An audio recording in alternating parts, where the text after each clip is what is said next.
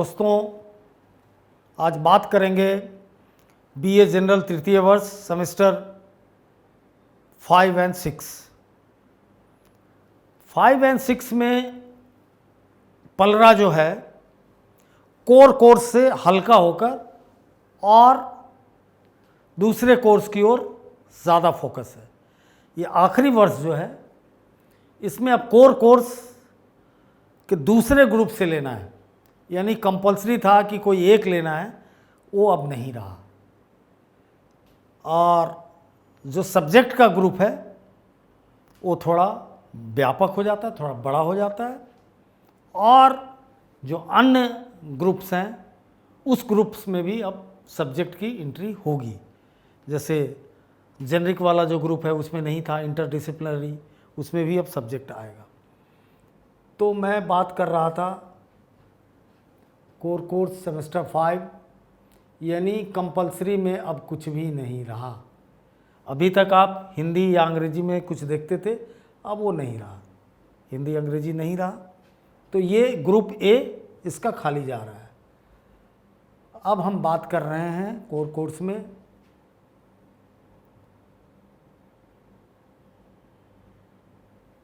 कि core course के अंदर जो सब्जेक्ट है उसका दायरा थोड़ा सा बढ़ रहा है।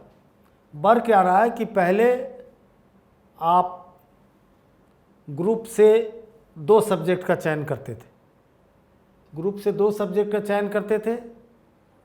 अभी भी ग्रुप से 2 सब्जेक्ट का ही चयन करना है, लेकिन सब्जेक्ट का दायरा बहुत बढ़ गया। क्या बढ़ा इसको देखते हैं। तो repeat the same 2 discipline chooses 1 from each discipline, मतलब 2 डिसिप्लिन का चयन करना है, फिर से 1 फ्रॉम ईच डिसिप्लिन, यानी एक आप किसी में से चयन कर सकते हैं। Same 2 disciplines, anthropology, applied anthropology, economics, Indian economics, history में बहुत सारे ऑप्शन हैं, history of China, history of environment, some aspect of European history. अब पहली बार आप वर्ल्ड हिस्ट्री को पढ़ रहे हैं, उसके बाद आप देख रहे हैं कि काउंसलिंग साइकोलॉजी, पॉलिटिकल साइंस में Gandhi and contemporary world, state politics in India, democracy and development in north east India, कि ये एक नया चीज़ है कि नॉर्थ ईस्ट के बारे में आपको वहाँ की डेमोक्रेसी और डेवलपमेंट के बारे में पढ़ने का मौका मिल रहा है। गांधी और कंटेम्प्रेरी वर्ल्ड, ये एक बहुत ही रोचक सब्जेक्ट है। स्टेट पॉलिटिक्स इन इंडिया, ये तो पहले से भी सदाबहार सब्जेक्ट रहा है। सोशियोलॉजी का बड़ा ऑथेंटिक और बहुत यूजफुल सिलेबस है। Urban sociology, environmental sociology, religion and society, उसके बाद अंग्रेजी में understanding prose, understanding poetry, soft skills, Hindi में अस्मिता मूलक विमर्श और हिंदी साहित्य, Premchand, study of poet Mirza Ghalib, अब गालिब साहब को पूरा पढ़ना है उर्दू में। संस्कृत में आयुर्वेद के मूल आधार, यानी आयुर्वेद बेसिकली है क्या, अब इसकी पढ़ाई आपको 5वें सेमेस्टर में करनी है। फिर एजुकेशन में करना है इंफॉर्मेशन एंड कंप्यूटर टेक्नोलॉजी का क्या यूज एजुकेशन में हो रहा है, जिसका सबसे ज्वलंत उदाहरण हम लोग हैं कि आज हम आपके पास पहुंच रहे हैं इंफॉर्मेशन एंड कंप्यूटर टेक्नोलॉजी के द्वारा ही। तो इसके बारे में विस्तार से पढ़ना, चीज़ों को समझना कि कैसे कंप्यूटर को हैंडल किया जाए, कैसे इंफॉर्मेशन टेक्नोलॉजी को, जैसे आप यूट्यूब पे इस वीडियो को देख रहे हैं तो पूरा यूट्यूब की सब चीज़ के बारे में पढ़ना। बड़ा अप्लाइड कोर्स है, बहुत हर कोई के लिए उपयोगी है। उसके बाद मेटाफिजिक्स, ये फिलॉसफी का बड़ा ही गौर रहस्यवाद से भरा हुआ सब्जेक्ट है। बहुत ही जिनकी फिलॉसफी में रुचि है उनके लिए मेटाफिजिक्स एक बहुत ही यूजफुल टॉपिक है। अब हम बात करते हैं डिसिप्लिन स्पेसिफिक इलेक्टिव, वो भी इसमें अब नहीं पढ़ना है, बिल्कुल नहीं। यानी आपको कोर कोर्स में 2 सब्जेक्ट लेने हैं, रिपीट करने हैं, पहले भी आप 2 ले रहे थे और उसमें बहुत बड़ा चेंज नहीं है। इसमें आपको कुछ भी नहीं पढ़ना है, इससे आप निकल के एबिलिटी इन्हेंसमेंट कोर्स में अब पढ़ना है। यानी फर्स्ट सेमेस्टर में आपने पढ़ा था एबिलिटी इन्हेंसमेंट कोर्स में इन्वायरमेंटल स्टडीज़, उसके बाद एबिलिटी इन्हेंसमेंट कोर्स आपने नहीं पढ़ा। फर्स्ट सेमेस्टर में सबके लिए कंपलसरी था 181 इन्वायरमेंटल स्टडीज़। अब यहाँ पे आपको भरपूर पढ़ना है, क्या है, मैनेजिंग ह्यूमन रिसोर्स, यानी मैनेजमेंट का एक टॉपिक है। बहुत अच्छी बात है कि ग्रेजुएशन के लेवल पे आप समझते हैं हर आदमी को ह्यूमन रिसोर्स मैनेज करना होता है। आप किसी कंपनी में काम कर रहे हैं, आपके जो सबऑर्डिनेट्स हैं उसके साथ मिल के काम करना, कल के आप उसके बॉस बन रहे हैं तो कैसे करेंगे, या आए हुए जीवन में कि ह्यूमन रिसोर्स को यूज़ करना, यानी उसका क्या टैलेंट है, उसका क्या कैरेक्टर है, उसके अंदर क्या क्वालिटी है, किसको कहाँ कैसे यूज़ करना चाहिए, ये पिक एंड चूज सीखने के लिए managing in human resources society through the visuals, ये बड़ा बहुत ही रिसेंट बड़ा नवाचार से बड़ा हुआ कोर्स है कि सोसाइटी थ्रू द विजुअल्स, यानी विजुअल्स के थ्रू आप सोसाइटी को देख रहे हैं। क्या विजुअल्स है?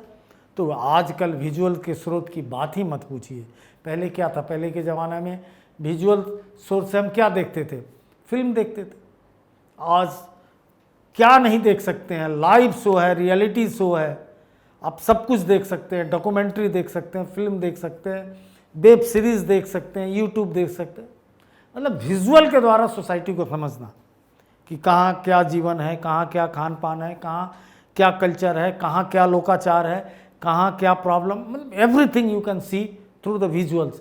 इस कैटेगरी में सब कुछ आ जाता है, चाहे वो टेलीविज़न का न्यूज़ हो, चाहे सिनेमा हो, डॉक्यूमेंट्री हो, वेब सीरीज हो, यूट्यूब के वीडियोज़ हो, नेटफ्लिक्स, मतलब OTT के जितने प्लेटफॉर्म्स हो सबको आप देखते हैं।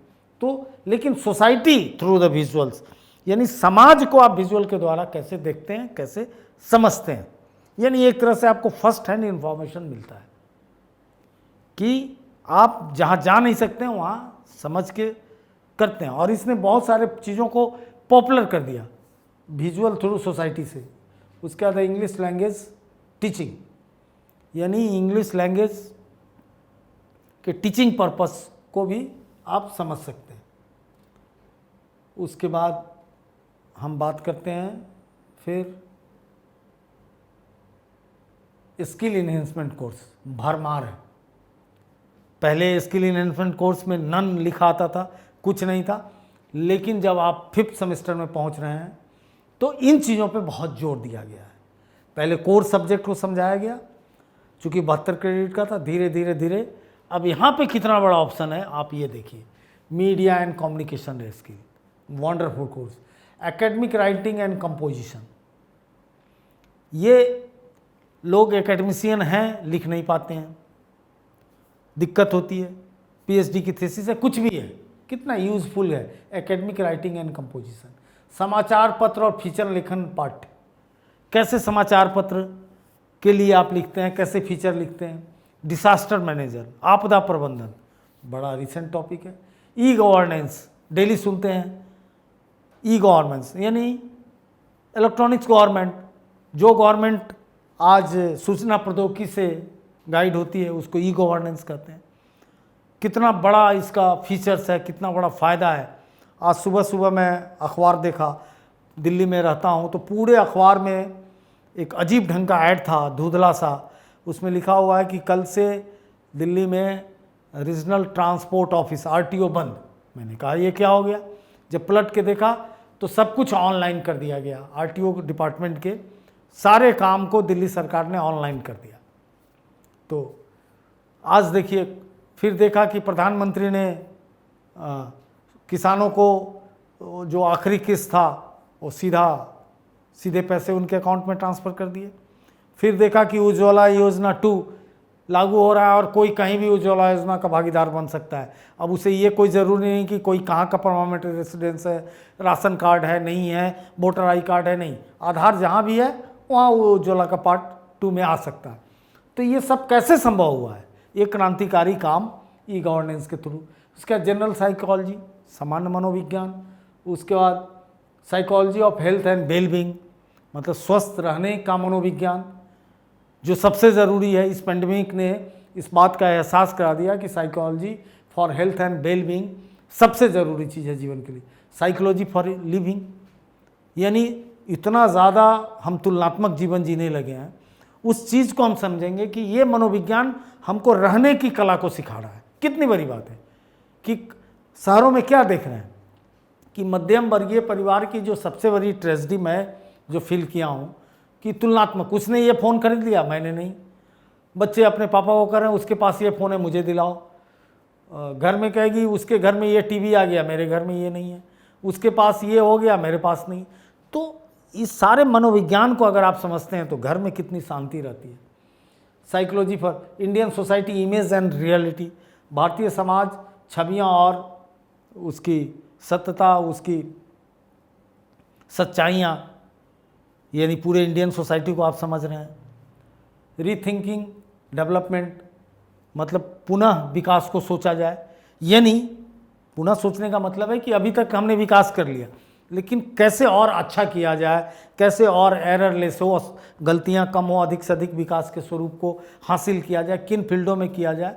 तो रीथिंकिंग मतलब ठहरो और सोचो कि कहाँ पहुँचे हो। उसका अंडरस्टैंडिंग ऑफ अम्बेडकर, क्या शानदार है कि इस सदी के ये हम लोग बहुत सौभाग्यशाली हैं कि इतने बड़े दार्शनिक, इतने बड़े चिंतक हमारे बीच हैं और उनके ऊपर मुझे एक कोर्स ही पढ़ना हो, अंडरस्टैंडिंग टू बाबा साहब अम्बेडकर।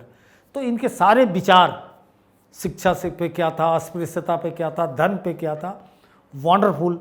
चूँकि अपने समय के योग्यतम पुरुष अम्बेडकर हुए हैं और उनके सारे विचार को इतने संक्षिप्त में जान लेना वंडरफुल, बहुत ही बड़ी उपलब्धि है।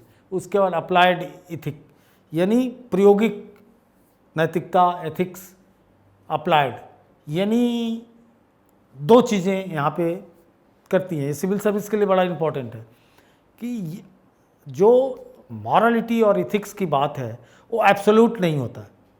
उसको आप जब पढ़ते हो और जीवन में जब अपनाते हो तो उसको बहुत हद तक बिल्कुल सापेक्ष ही देखना होगा, निरपेक्ष आप नहीं देख सकते। वो यहाँ पे अप्लाइड इथिक्स इसी बात को बताता है। एब्सोल्यूट इथिक्स दार्शनिकों का चिंतन है, गांधी भी मानते थे, अरिस्टो, हर कोई माना है, लेकिन जीवन चलाना थोड़ा मुश्किल है उससे। और बहुत सारी चीज़ें हैं, इथिक्स पे बहुत सारी पाबंदियां हैं।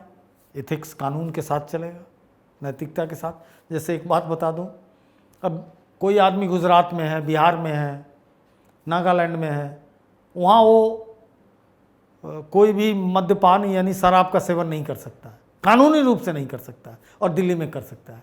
तो क्या कहेंगे, दिल्ली में कोई शराब पी रहा है तो अनैतिक नहीं है, क्योंकि सरकार तो रोक नहीं रही, लेकिन बिहार में तो अनैतिक है और कानूनी जुर्म है, आपको सज़ा हो जाएगी। गुजरात में सज़ा हो जाएगी, नागालैंड में सज़ा हो जाएगी। तो ये आदि राज्यों में, तो ये सबसे बड़ी बात है। तो अप्लाइड इथिक्स आप देखते हैं, ये वंडरफुल कोर्स हुआ। और अब हम आते हैं सेमेस्टर 6 पे। दोस्तों, आज पाठ्यक्रम के आखिरी सेगमेंट में हम हैं, यानी बीए जनरल 6 सेमेस्टर में बटा हुआ है, 3 वर्षों में। ये छठे सेमेस्टर की आज हम बात कर रहे हैं। तो छठे सेमेस्टर में क्या बात करने की ज़रूरत है? तो छठे सेमेस्टर में बात जो करने की ज़रूरत है कि फिर क्या संरचना है, क्या कहानी है। तो मैंने बोला कि 4 सेमेस्टर के बाद कोर कोर्स का जो एक कंपल्सरी नेचर का स्वभाव का जो सब्जेक्ट था, आइदर और कोई एक लीजिए हिंदी अंग्रेजी में से, वो अब खत्म हो रहा है। अब यहाँ भी कोर्स सेक्शन, कोर कोर्स का एक ग्रुप में कोई कोर्स नहीं है आपके लिए। अब बात करते हैं core course group B, repeat the same 2 discipline chooses from each discipline, कि किसी में से एक चुनिए, कोई चुनिए, जैसे हिस्ट्री चुने, इसमें से 2 रिपीट कर सकते हैं, वही चीज़ है। तो फिर एंथ्रोपोलॉजी, इंडिजेनस पीपुल, यानी भारतीय लोगों के एंथ्रोपोलॉजी के बारे में जानिए, इंडियन भारतीय अर्थव्यवस्था। 2 history of modern east Asia Japan, बहुत वंडरफुल हिस्ट्री है, 1868 टू 1945, पूरा जापान के बारे में आप जान सकते हैं। Tradition of history writing in India, historiography की ये चीज़ हो गई, इतिहास लेखन की क्या परंपरा भारत में रही है, सारे स्कूल को आप पढ़ेंगे, चाहे वो ब्रिटिश स्कूल हो, मार्क्सवादी स्कूल हो, राष्ट्रवादी स्कूल हो, सवल्टर्न स्कूल हो, मतलब इतिहास के जितने लेखन के चीज़ें हैं, ये चीज़ें पहले एमए में पढ़ाई होती थी। बच्चों को बड़ी दिक्कत होती थी कहीं भी इंट्रेंस टेस्ट देने में। जैसे जेएनयू में हिस्टोग्राफी से ज़रूर क्वेश्चन पूछा जाता है, सारे कंपटीशन में हिस्टोग्राफी से क्वेश्चन पूछे जाने लगे हैं। लेकिन इसको इंट्रोड्यूस करके इग्नू ने ग्रेजुएशन में बहुत बड़ा काम किया है कि आपको ये मौका मिला है। Public administration, organisation behaviour, wonderful चीज़ें, ये सारी चीज़ें मास्टर में पढ़ाई जाती थी। सोशल पॉलिसी एंड एडमिनिस्ट्रेशन, ये इतना वंडरफुल कोर्स है कि वाकई में आप अपने को बहुत ही एम्पावर्ड कर सकते हैं इग्नू द्वारा। साइकोलॉजी में इंडस्ट्रियल ऑर्गेनाइजेशन साइकोलॉजी, उसी तरह से पोल साइंस में India's foreign policy as a changing world, जो विश्व तेजी से बदल रहा है। पहले विश्व में क्या था कि दो महाशक्तियां थी, 1990 के बाद यूएसएसआर का पतन हुआ और अमेरिका का एक छत्र राज हुआ, यूनिपोलर वर्ल्ड हुआ। अब चाइना बहुत तेजी से आगे बढ़ रहा है, एक बहुत बड़ा यूएस के लिए चैलेंज है। ऐसा लग रहा है कि फिर से विश्व कहीं दो घरे में न बढ़ जाए। तो जो भी परिवर्तन हो रहा है, सेकेंड वर्ल्ड वॉर से लेकर 90 तक जो परिवर्तन हुआ, अभी जो हो रहा है, सबको आपको पढ़ने का मौका मिलेगा। India foreign policy changing world, introduction to South Asia, हम अपने एशिया के बारे में जानेंगे। साउथ एशिया जिसमें हम लोग रहते हैं, हम है, पाकिस्तान है, बांग्लादेश है, श्रीलंका है, भूटान है, नेपाल है, उसके बारे में हमको जानने का मौका मिलेगा। Conflict resolution and peace building, ये सबसे बड़ी समस्या है खासकर हमारे साउथ एशिया के लिए, कि हमारे अंदर इतने कॉन्फ्लिक्ट हैं और उसमें कैसे इस संघर्ष में कैसे शांति की कामना की जाए, कैसे शांति को बहाल किया जाए, ये कोर्स स्ट्रक्चर है। वैसे ही सोशियोलॉजी में इंडियन सोशल ट्रेडिशन, भारत की सामाजिक परंपराएं क्या है, रीडिंग इथनोग्राफिक्स, निर्जातीयता का अध्ययन, मैरिज, फैमिली और किनशिप, यानी विवाह, परिवार और कुनबावाद। मतलब किनशिप का मतलब होता है कि जैसे गांव में हम एक कुनबे में रहते हैं तो वो हमारा किनशिप कहलाता है।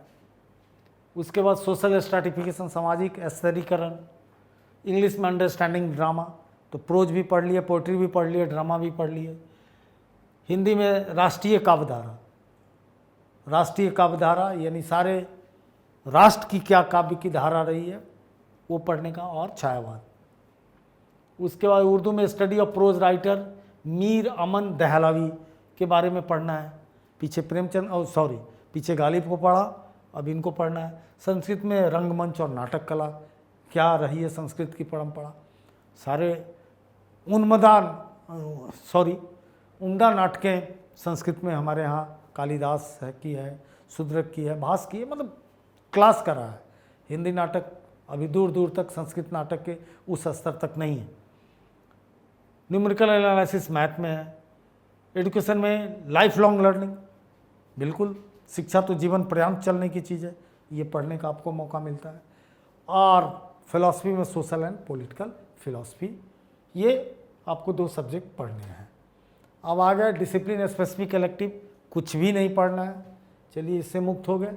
अब आ गए एबिलिटी इन्हेंसमेंट कोर्स, यहाँ भी एक पढ़ना है, सब बड़े काम का है। स्ट्रेस एंड टाइम मैनेजमेंट, तनाव और समय प्रबंधन, ये बहुत बड़ी चीज़ है।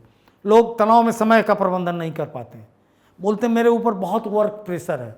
ऐसी बात नहीं है, आप अगर अच्छे से सुव्यवस्थित व्यवस्था करते हैं, मैनेजमेंट करते हैं, तो स्ट्रेस का कोई रोल नहीं है, कोई तनाव नहीं है, बल्कि अपने रूटीन को आपको ठीक करना होगा और प्लान करना होगा। तो इसकी पढ़ाई, एप्लीकेशन ऑफ सोशल साइकोलॉजी, सामाजिक मनोविज्ञान का प्रयोग क्या है। और 186 वंडरफुल कोर्स, पहले भी कई जगहों पे था। बिजनेस कम्युनिकेशन, यानी व्यापारिक पत्र कैसे लिखते हैं, किसी से एजेंसी लेनी हो, किसी से बात करनी हो, कहीं व्यापार करना है, तो इसमें से एक कोई एबिलिटी अपनी योग्यता अभियोग्यता को बढ़ाने के लिए इसको आप ले सकते हैं। और स्किल इन्हेंसमेंट, आप जान रहे हैं कि अंतिम वर्ष का फोकस एरिया स्किल इन्हेंसमेंट है।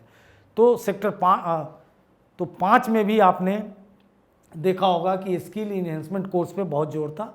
और सेमेस्टर 6 में भी है जेंडर सेंसिटिलाइजेशन सोसाइटी एंड कल्चर, लिंगीय संवेदना, समाज और संस्कृति, लैंग्वेज एंड लिंग्विस्टिक, भाषा और भाषा विज्ञान, क्रिएटिव राइटिंग, रचनात्मक लेखन, गवर्नेंस इशूज एंड चैलेंज, सरकार के सामने की चुनौतियाँ और मुद्दे, सस्टेनेबल डेवलपमेंट बहुत काम की चीज़ है, youth, gender and identity, psychology and media, psychology of Jain, और economy and society, philosophy of religion, धर्म का दर्शक। तो इस तरह से हम इस कोर्स को देखते हैं। उसके बाद इसमें भी आप अपने ढंग से चयन कर सकते हैं कि क्या पर्पस है आपको, किस पर्पस से आगे आप बढ़ना चाहते हैं।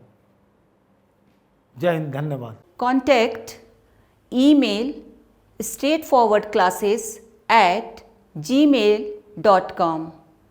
Phone number 90130111749. WhatsApp 8800740094.